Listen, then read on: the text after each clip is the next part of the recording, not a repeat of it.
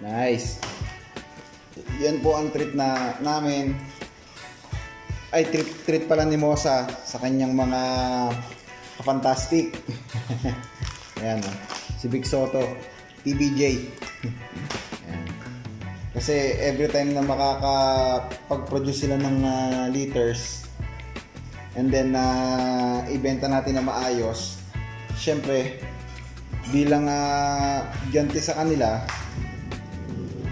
kailangan din natin sila minsan ilibre or i-treat ng mga masasarap na pagkain na kinakain natin. Pero syempre, hindi dapat araw-araw, minsan lang. Yan ang aming treat. Sige, himayin natin para sa kanila. Bale si Samir at si Moza, sila pong dalawa yung nag-treat sa mga kasama nila. Love na love namin ang mga dogs namin. Parang tao na ang turing namin sa kanila. Family na.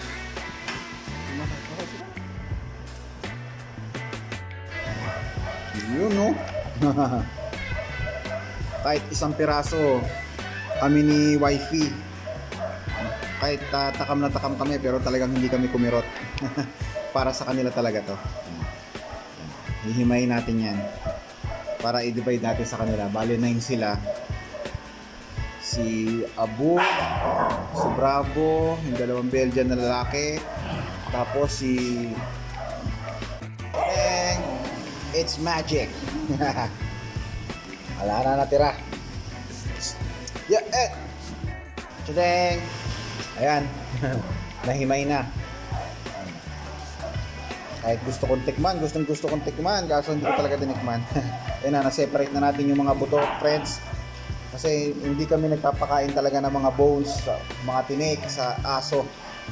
Kaya yung mga buto na ganyang matatalas, hindi namin pinapakain yan. Tinatapon namin. Bless you. Ay, nako. Treat ni ano yan? Treat ni Mosa, yan yung dam, ni Mosa. At andito naman yung sire, Samir. Yan. Yung mga puppies nila yung na out namin. Kaya magpapakain sila. Ayan na, nahimay na. Ayun, syempre pag nakaka-produce sila ng liters and then i-rehome natin, syempre nakakapag-generate sila ng income para sa amin. So itong treat na ito, napakaliit nito kumpara sa naibibigay nila. Napakaliit na bagay nito.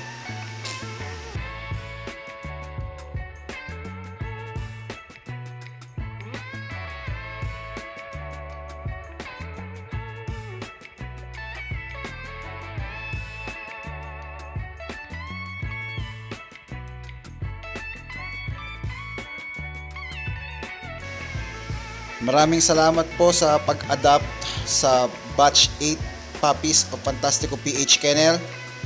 So, looking forward na po kami para po sa batch 10. Hopefully po mabuo po. Back to back, black and white. Thank you!